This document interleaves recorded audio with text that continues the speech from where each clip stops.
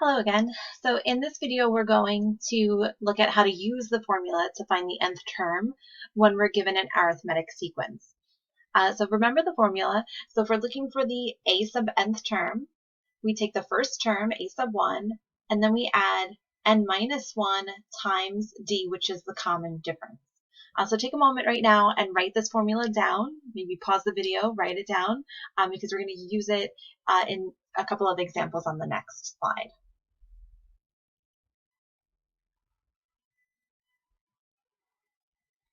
All right, so here's our first example. So here we're not given the list of terms in the sequence, we're just given a description of it.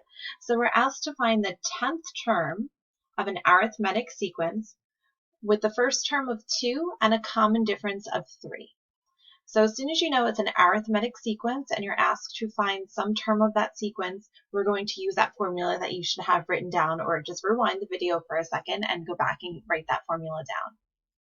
I'm going to record the pieces that we need for the formula.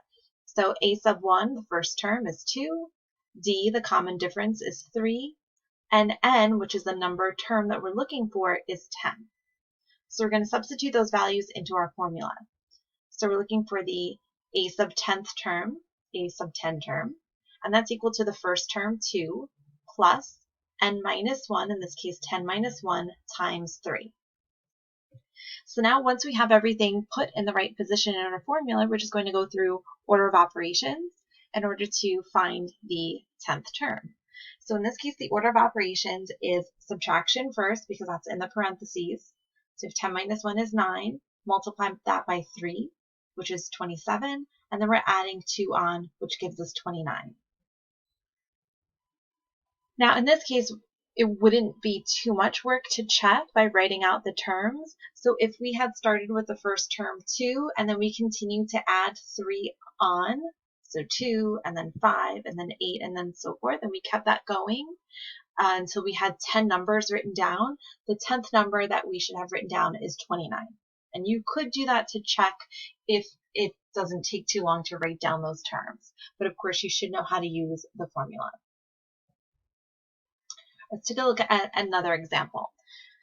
So in this example, we want to find the 20th term of an arithmetic sequence with the first term of -6 and a common difference of 5. So again, I listed out the pieces of information that we are given and that we will need. A sub 1 is -6, D is 5, N is 20. Because we know it's an arithmetic sequence, we could use the formula. We're looking for the 20th term, so a sub 20 equals -6 plus 20 minus 1 times 5. And again, the order of operations is the same as we had done before because it's the same formula.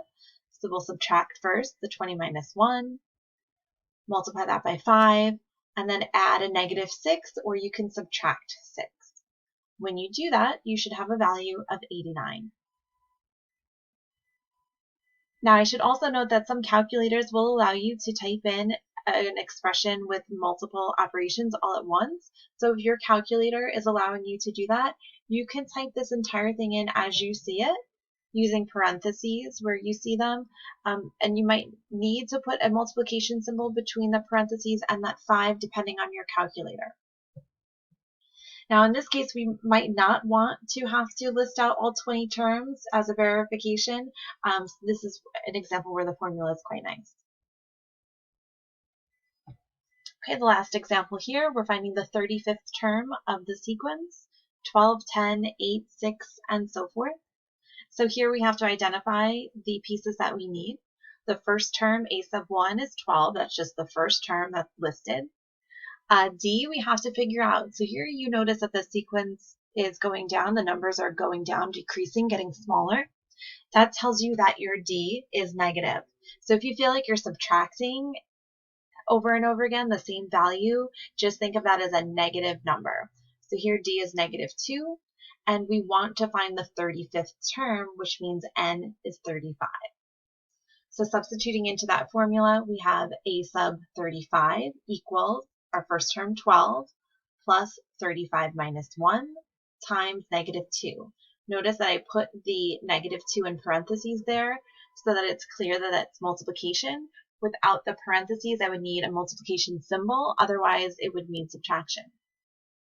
Again, order of operations are the same, so we're subtracting first 35 minus 1, and then multiplying that by -2, and then adding 12 to that.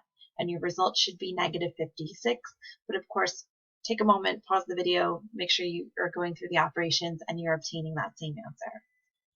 Once again, this would be a case where I wouldn't want to have to write out 35 terms because especially when you're doing something that seems very simple, right? We're just subtracting, but doing something very repetitive for a long time, humans tend to make errors in those cases. So the formula is much nicer to use in this case, a lot faster. All right, that concludes this video.